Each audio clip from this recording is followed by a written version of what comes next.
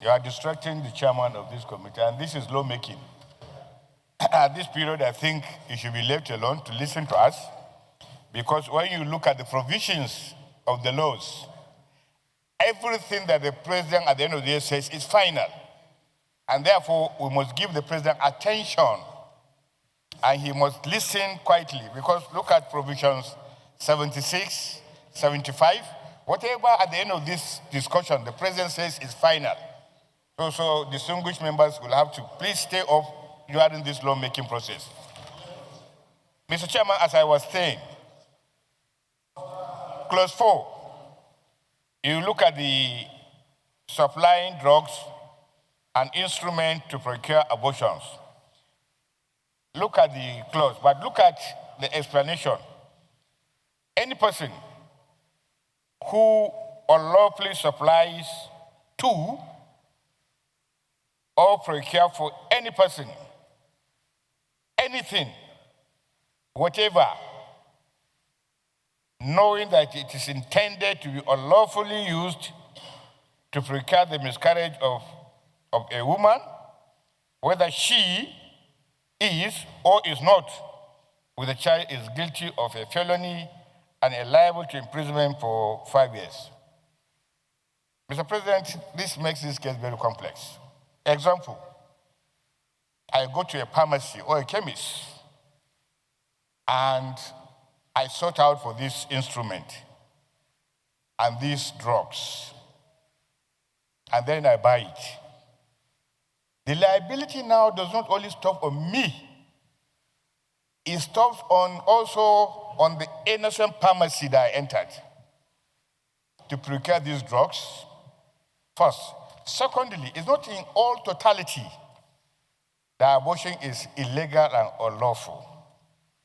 There are circumstances that makes it imperative for abortion to take place. Now, passing this law the way it is endangers the total supply of abortion instrument, total supply of abortion drugs. What I think we should do, because of this danger of not getting the right word in the rightful places, this particular clause, I advise that we should step it down, do further legislative inquiry as to making sure that if this law is passed the way it is, it should not endanger women who are naturally looking for an alternative beyond abortion. So this particular clause is sweeping, is open-ended. The pharmacy, the chemist, the person who wants to buy, the person who do the abortion and these things, they are all endangered. And quite a number of these processes, you can see clearly there will be some innocent people that will suffer the consequences. Unless, of course, we say the only person that will procure abortion instrument will be hospitals and stuff like that. So I don't know how it is going to be, but looking at this law the way it is, Mr. Chairman, and our intention probably to pass it the way it is, makes this law very dangerous for me. With colleagues, I listened yet again to distinguished Senator Abdul Ningi, and I totally agree with him as to the danger of passing this provision as it is.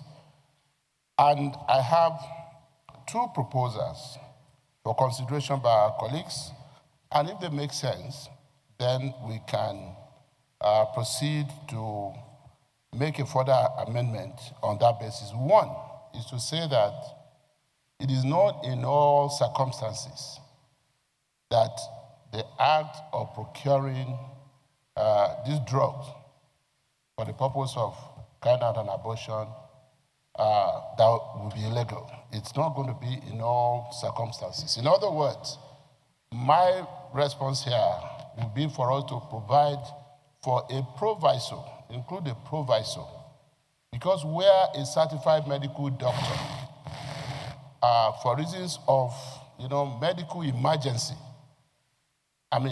make such a prescription, I don't think it would be unlawful. And that was why the word unlawful was used. So I would be proposing that we add that proviso. The second observation that I have is if you look at the provisions of this section 4, again, that's amendment of section 234. If you look at 4, well, the title itself is supplying drugs or instruments to procure abortion.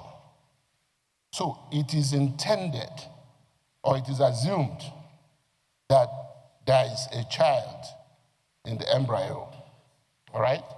But if you look at the wordings of the provision, it says, any person who unlawfully supplies to or procures for any person anything, whatever, knowing that it is intended to be unlawfully used to procure the miscarriage of a woman.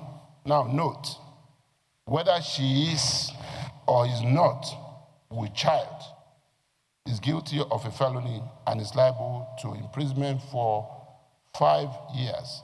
In other words, distinguished colleagues, the words, whether she is or is not with child, cannot go with the intendment of this provision. If the woman is without a child, then you can't be talking of abortion. You can only talk of abortion where indeed and truly there's a child. And that must have been certified by a doctor.